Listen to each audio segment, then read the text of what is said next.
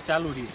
હવે આવી પરિસ્થિતિમાં માની લ્યો કે પોશીદરા ગામમાંથી રિટર્ન દ્વારકા અથવા મીઠાપુર જવા માટે એવી પરિસ્થિતિ સર્જાય, કોઈ મેડિકલ ઇમરજન્સી આવે, એવી કોઈ પણ પરિસ્થિતિના કારણે ન જઈ શકે ને કોઈ એવી ઘટના બને તો આનું જવાબદાર કોણ? મારી સાથે આપણા જિલ્લા પંચાયત સદસ્ય શ્રી વનરાજભા પણ છે અને અમે હાલમાં આ સ્થિતિ અમારી નજરની સામે જોઈએ છીએ કે આ પરિસ્થિતિ વારંવાર છે। પાછળ તમે વાહનો જુઓ છો, અત્યારે પબ્લિક પણ જુઓ છો કે જેઓ લોકો અહીંથી આ બાજુ પસાર નથી થઈ શકતા। હું તમને એની પરિસ્થિતિ પાછી આ બાજુ બતાવું છું, કેટલું પાણી જાય છે અને કેવી પરિસ્થિતિ છે, બરાબર। આ પરિસ્થિતિ દર વર્ષે અમે અનુભવી રહ્યા છીએ।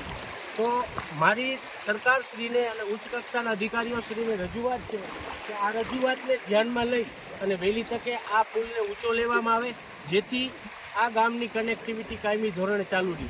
આવી પરિસ્થિતિમાં કોઈ એવી ઘટના બનશે તો જવાબદાર ફક્ત ને ફક્ત સરકારી અધિકારી છે, જે જવાબદાર અધિકારીઓ આવે છે એ જવાબદાર છે।